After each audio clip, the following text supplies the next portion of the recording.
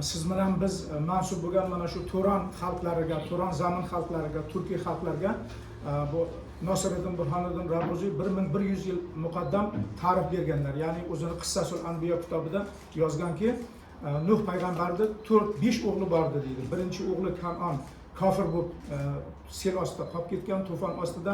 Ikkinchi o'g'li Homdan Habashlar tarqagan, ya'ni Neger aholisi tarqagan, Somdan Yevropa aholisi tarqagan, hamda siz bilan biz Yofas alayhissalomdan, ya'ni payg'ambarlik muhri berilgan o'sha Nuh alayhissalomning eng kichkina o'g'li Yofas alayhissalomdan tarqaganmiz.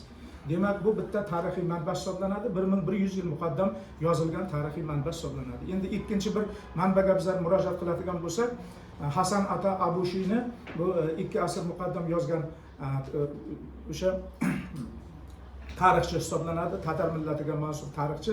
Mana buni Turkiy qavmlar tarixi kitobida bizlarda O'rta Osiyo xalqlaridan tashqari, demak, Altaylar, Buryatlar, Yoqutlar, undan tashqari Uyg'urlar, undan o'tib borib turib, mana hattoki Chuvashlar, mana bular hammasi Eskimoslar, hattoki Alyaska aholisi, hattoki Kanada aholisining bir qismi ham Turkiy qavmlar ekanligini isbotlab bergan.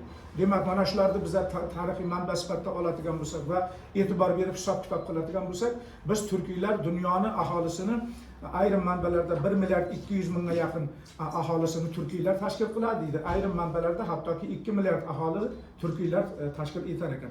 Nima uchun bizlar turkiylar shuncha katta aholi bo'lib turib, nima uchun bizlardan Nobel mukofotlari, laureatlari juda kam chiqyapti? Mana Aziz Nesinni men bilaman, faqat Turkiyadan o'sha Nobel mukofoti olgan laureatni. Bu ham adabiyot sohasida. Nima uchun fizikadan, nima uchun boshqa sohalardan chiqmayapti bizlardan? Meditsinadan nima uchun chiqmayapti? Nima uchun Alisher Navoiyga o'xshagan katta bir dunyo ahliga yetib boradigan bir ahli ilmlar chiqmayapti? Nima uchun Ibn Sinoga o'xshagan katta tabiblar chiqmayapti? Sabab shu, sabab bizlar mana kichkina davlatlarga bo'linib o'zimizcha kichkina bir yozuvchilarga ega bo'ldik va mana shuni oqibatda bizlarning o'rtamizda integratsiya kamroq.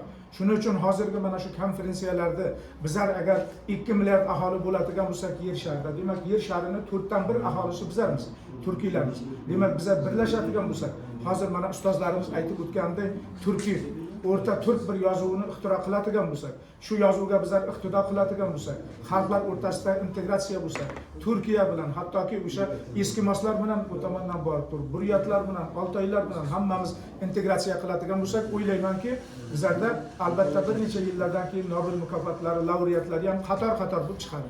Demak, bizlar nüfusimiz yer sharida juda ham katta ekan. Mana shu narsani bizlar bajarganimiz juda ham yaxshi.